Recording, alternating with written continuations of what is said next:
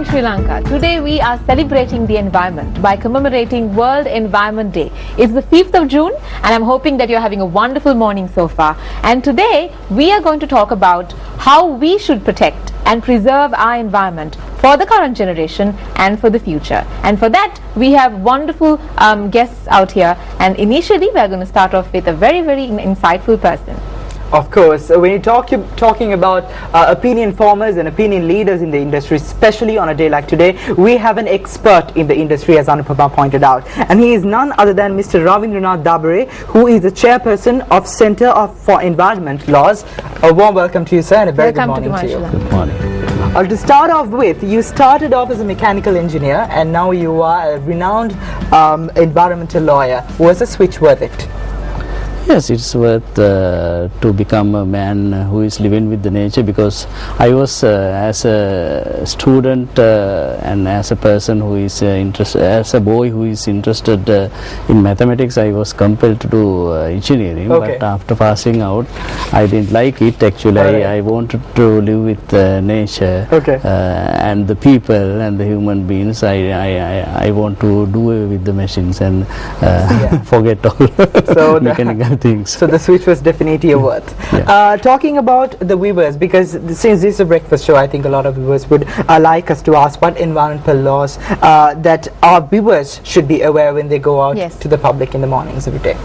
Yeah, actually each and every area, sphere, there should be a law. Now simply in our home there are certain rules and laws, our schools. Likewise, to protect the nature and protect the environment, there are certain regulations and rules and the laws that already prepared by the parliament or some other regulatory authorities, especially for the viewers who are about to leave for their jobs. I like to emphasize on the throwing of garbage. Sometimes throwing of garbage? Yeah, sometimes when we are leaving for our jobs, we collect our garbages into shopping bags and we throw them by the side of the road. Out of the vehicle? Out of the vehicle sometimes. That's become a habit for a lot of Sri Lankans. Actually, we should seriously think of it, and we should minimize taking garbage from our home. Actually, if we can use the garbage into some substance like composite and various other things, and even the plastics things, we can simply recycle. Recycle. That is, I think, would be a good idea, good thing to think. Talking about that, what are the other small changes that we can make in day-to-day life for our viewers' knowledge? Please tell us the small changes that we can make in everyday life in order to protect and preserve the environment. Actually, according to what I feel, it's it has been very difficult for us to protect environment, because from the childhood we were taught that environment is something beyond us. Actually, we were taught that if anybody asks what is environment, we were taught that it is something around us. Exactly. And not involved. We are excluded. Ourselves are excluded. Exactly. That is the problem. But we should, from the very beginning, we should start to think that we are also a part of the environment, and environment is the outer world, including ourselves. That is the thinking that we should popularize among our citizens. If we can, because if a person feels that by damaging or by obstructing the environment he himself feels also affected, then he tries to preserve the environment. So does it frustrate you as a Sri Lankan expert in the field of this, that Sri Lankans are not taking it seriously? Yeah, actually I am frustrated because even the schools, it is environment is taught in a very bad way. Actually, that is not the way that a narrow way, you mean, a small specific way. That's interesting. But one quick question, sir. Are you satisfied with the implementation that Sri Lanka has made in environmental laws? And what more can we add? Very briefly, if you can explain to us. The legal perspective. Yes, the legal perspective. Yeah. Implementation part, of course, is very poor, because even the implementing authorities are also not. Some of the implementing authorities are not aware of the regulations and the laws of environmental laws of Sri Lanka. Now, so how could it be improved? For instance, now take police. Yes. Now, when there is a problem, even for the environmental problems, normally the citizens, they approach the police, but most of the police officers are unaware of the environmental laws and the regulations existing in Sri Lanka. So they should be acknowledged and educated about and these their things. powers. Yeah. Okay. Sometimes they tell the complainants to go to the Pradesh Sabha or urban council and to environmental authority, and they somehow or the other, but they are the closest authorities who are empowered to for the people. That's true. So there has to be education and awareness. Is that what you said? Yeah, Banu?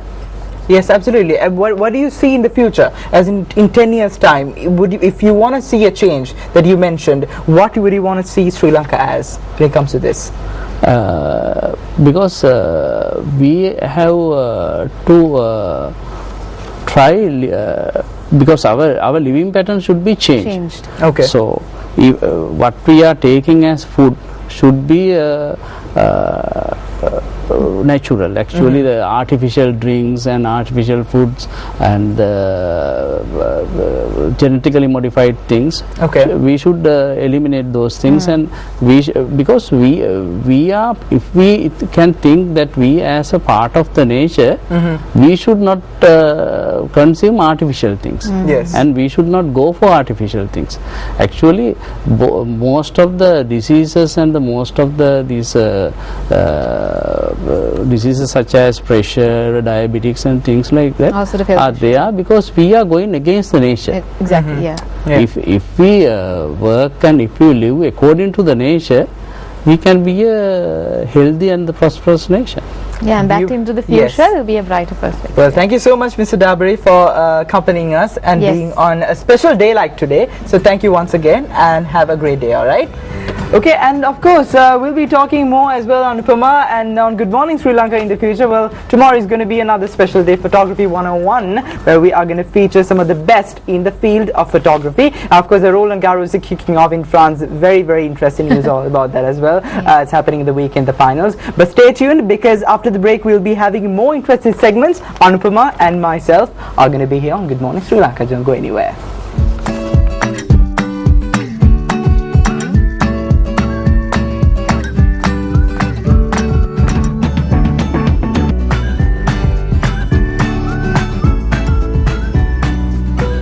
Welcome back after the break. I hope you're having a wonderful morning so far. Today we are commemorating World Environment Day, and as I mentioned before in the show, we have very special 3 guests today right beside me right here to talk to you about how to commemorate World Environment Day very, very specially, including their own insights about how to generate environmental awareness in Sri Lanka and across the world. We have Mohammed Uzni, a Regional Coordinator for Asia Commonwealth Youth Climate Change Network, and we also have Joanne Kotalavala, British Council International Climate Champion in 2010. We also have Sikandar Sabir, the British Council Global Changemaker in 2011 and Commonwealth Youth Awardee in 2012. Welcome to Good Morning Sri Lanka. Thank you. How are you doing? You're fully energized. Very good. That's great. Okay, so all 3 of you have really, really amazing CVs, and then the common denominator is the fact that you guys are trying to make awareness among the youth and among the people in Sri Lanka of how the changes that we should make in day-to-day life and in very specific areas. So while we commemorate the World Environment Day, I would like to ask you, how did you get so passionate about Mother Earth? How did you get so passionate about rescuing the environment, preserving what we have around us for the future generation? Let me start with Joanne. Yeah, well, I would say that ever since I was a child, I was really into nature and into environment activities, but I was more of a see the problem and sort of acknowledge it as a problem but not really know what to do. It was in 2010 when I became a British Council climate champion, Yes. international climate champion, that I actually took the initiative to look at some of those problems and solve it. So as a result, I started working on the preservation of urban wetlands. 'Cause Okay. I lived quite close to one, and Right. it's a really beautiful area, and to know that there's something like that so close to the city. Yes. And so I started working on that, and from there it's just gone Just right went on on. ahead. Yeah. Yeah, that's great. Husni? Yeah, well, it was all started in 2005 when I was selected for SLYP initiative. Those days it was hosted by Bandaranaike Center for International Studies. And then I went back after that event, and then I want to start something and do something for environment.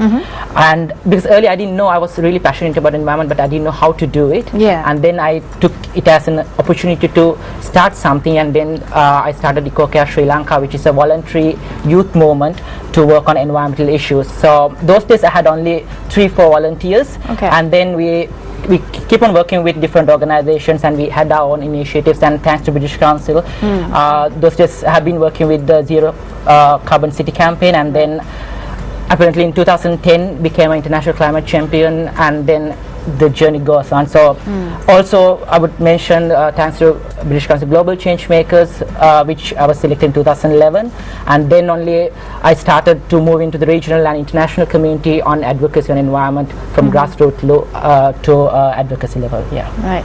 Sikandar? Yeah, my one is, getting to climate change is like, is some sort of milestone in my life, because climate change is a serious issue. Yeah. That young people have to get engaged, have to do something, to combat climate change. As a Husni and Joanne, I also started my, the journey in climate change when I was in school. Then later on, like them, from Green Army to International Climate Champion to British Council Global Change Makers to, and finally Commonwealth Youth Award. Like it's a long journey. So you couldn't expect, that, one day we'll become, youth activists. Yes. To, lead the next generation of Sri Lanka, Yes. young generation, to address these climate change issues. But that's wonderful that you have started from school level and come so far, and that you are making such a very unique impact and giving a good example to the generation right now. Yeah. So I know for a fact that all three of you have very different and separate specific interests in this movement. So tell us how that relates. So because today we are commemorating World Environment Day as a whole, as a general. Tell us how your specific areas of interest relates in context to the World Environment Day, and how does that relate to each other? Yeah. If I start from my side, mainly like my initiatives on climate change. I mainly work on climate change, sustainable development, and youth empowerment. Yes. And my initiatives on climate change are like it's two-phased. First one is like action oriented. Okay. We have to get engaged to the community. We have to get